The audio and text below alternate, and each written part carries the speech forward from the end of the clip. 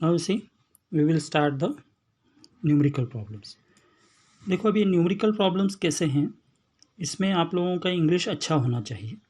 दूसरी बात है कि आपको जो सेंटेंस लिखा है उसका मीनिंग अच्छी तरह समझ में आना चाहिए। तो इसके लिए क्या होगा, थोड़ा हमको प्रैक्टिस करना पड़ेगा। एक ही पहली बार में ही ये पॉसिबल नहीं है, धीरे धीरे हो जाएगा।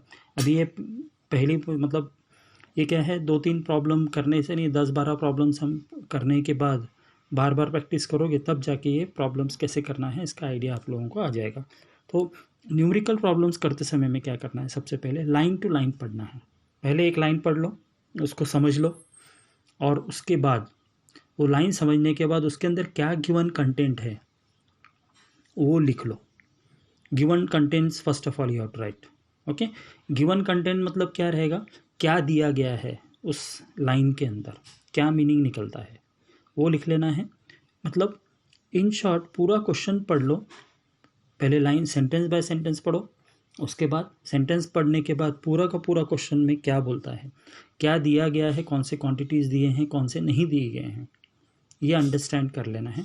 और उसके बाद अपने को डिसाइड करना है कि इसमें फार्मूला कौन सा यूज़ करना है। ओके, अभी ये फर्स्ट प्रॉब्लम है। अभी मैं क्वेश्चन ही पढ़ता हूँ। A car moving at 80 kilometre per hour is subjected to a uniform retardation. अब ये फर्स्ट लाइन है, car moving at 80 kilometre per hour, मतलब कार का स्पीड कितना है, वेलोसिटी कितना है उसका, 80 kilometre per hour, is subjected to uniform retardation. अब ये रिटार्डेशन क्या होता है, हमने जब एक्सेलरेशन पढ़ा था उस वक्त पढ़ा था कि जब बॉडी रुकती है या ब्रेक लगाते हैं तब क्या होगा, पीछे साइड में जाएगा। जब वो बॉडी पीछे साइड में जाता है that is called as the retardation, मतलब नेगेटिव ऑफ एक्सेलरेशन रिटार्डेशन कहते हैं। तो क्या बोल रहे हैं कि ये जब कार मूविंग था कितने स्पीड से, वेलोसिटी कितना था, 80 kilometre per hour, is subjected to uniform retardation brought to rest in 70 seconds. मतलब हम गाड़ी चला रहे हैं, मोटरसाइकिल चला रहे हैं सपोज, और मोटरसाइकिल चलाते हुए सामने देखा कि ट्रैफिक जाम है। तो हमारा स्पीड कितना था, 80 किलोमीटर पर आवर के स्पीड से हम गाड़ी चला रहे थे, फास्ट आ रहे थे, और सामने देखा कि ट्रैफिक पूरा जाम है। तो हमने क्या किया, उसको ब्रेक लगाया। ब्रेक लगाने के बाद इस तरह से ब्रेक लगाया कि गाड़ी जो है रेस्ट पे आ गई। कितने सेकंड के बाद, 70 सेकंड्स के बाद। ओके, 70 सेकंड्स के बाद वो गाड़ी क्या हो गया, मोटरसाइकिल अपना रुक गया। क्वेश्चन समझ में आ गया। अभी ये पूरा का पूरा 2 लाइन हमने पढ़ लिया। कैसे है, a car moving at 80 kilometre per hour is subjected to uniform retardation and brought to rest in 70 seconds. मतलब गाड़ी मोटरसाइकिल हम चला रहे हैं 80 किलोमीटर पर स्पीड से, 80 किलोमीटर पर आवर के स्पीड से, और सडनली हमने दूर देखा कि ट्रैफिक है, तो हमने क्या किया, ब्रेक लगाया। तो ब्रेक लगाने के बाद वो गाड़ी अपना रुक गया। 70 सेकंड चलने के बाद 70 सेकंड में गाड़ी रुक गया। ओके, इतना 2 चीज़ दिया हुआ है, मतलब एक दिया है वेलोसिटी और दूसरा दिया है टाइम। अब क्या पूछ रहे हैं आगे, फुल स्टॉप के बाद, find the retardation and the distance travelled by the car before it comes to rest. अभी वो पूछ रहे हैं रिटार्डेशन कितना हुआ, मतलब retardation is what, negative of acceleration. Acceleration जो है negative acceleration is called retardation. तो वो पूछ रहे हैं कि फाइंड द रिटार्डेशन एंड कितना डिस्टेंस ट्रैवल किया था उस गाड़ी ने, मोटरसाइकिल ने कितना डिस्टेंस ट्रैवल किया रुकने से पहले। ओके, मतलब ब्रेक लगाया तो ब्रेक लगाने के बाद एकदम तुरंत गाड़ी रुका नहीं, कुछ सेकंड के बाद गाड़ी रुका। तो जब ब्रेक लगाना स्टार्ट किया हमने तो और गाड़ी रुक गया, तो उसके बीच में डिस्टेंस कितना ट्रैवल किया ये उन्होंने फाइंड आउट करने के लिए बोला हुआ है। क्लियर हो गया क्वेश्चन, फिर से और एक बार समझ लो, क्योंकि क्वेश्चन ही समझना बहुत ज़रूरी है यहाँ पर। A car moving at 80 kilometre per hour is subjected to a uniform retardation. एक कार चल रहा है, उस कार का स्पीड कितना है, 80 किलोमीटर पर आवर के स्पीड से कार चल रहा है, और उसको हमने ब्रेक लगाया। ओके, ब्रेक लगाने के बाद वो कार 70 सेकंड के बाद रुक जाता है। ओके, तो अब उन्होंने पूछा हुआ है फाइंड द रिटार्डेशन, एक्सेलरेशन कितना, retardation means what, negative of acceleration, वो कितना है, और वो बॉडी वो जो कार है कितना डिस्टेंस ट्रैवल किया ब्रेक लगाने के बाद। ओके, अभी इसके लिए हम क्या करेंगे, सबसे पहले जो कार इज़ मूविंग मतलब उसका इनिशियल वेलोसिटी दिया हुआ है। कार इज़ मूविंग मतलब मूवमेंट में है, तो यू जो है इनिशियल वेलोसिटी कितना दिया है, 80 किलोमीटर पर आवर। अब देखो 80 किलोमीटर पर आवर है, तो हमको क्या करना पड़ेगा, इसको एसआई यूनिट में कन्वर्ट करना है। किलोमीटर इज़ हाइयर यूनिट, तो किलोमीटर को मीटर में कन्वर्ट करने के लिए क्या करना पड़ेगा, मल्टीप्लाइड बाय 1000 मीटर। और सेकेंड आवर है, आवर कितना होगा, 1 आवर मीन्स 60 सेकेंड्स, तो 60 इंटू 60, तो 1000 मीटर डिवाइडेड बाय 60 इंटू 60 करना है। कभी भी किलोमीटर पर आवर है तो उसको हमें क्या करना पड़ेगा, मीटर पर सेकेंड में कन्वर्ट करना पड़ेगा।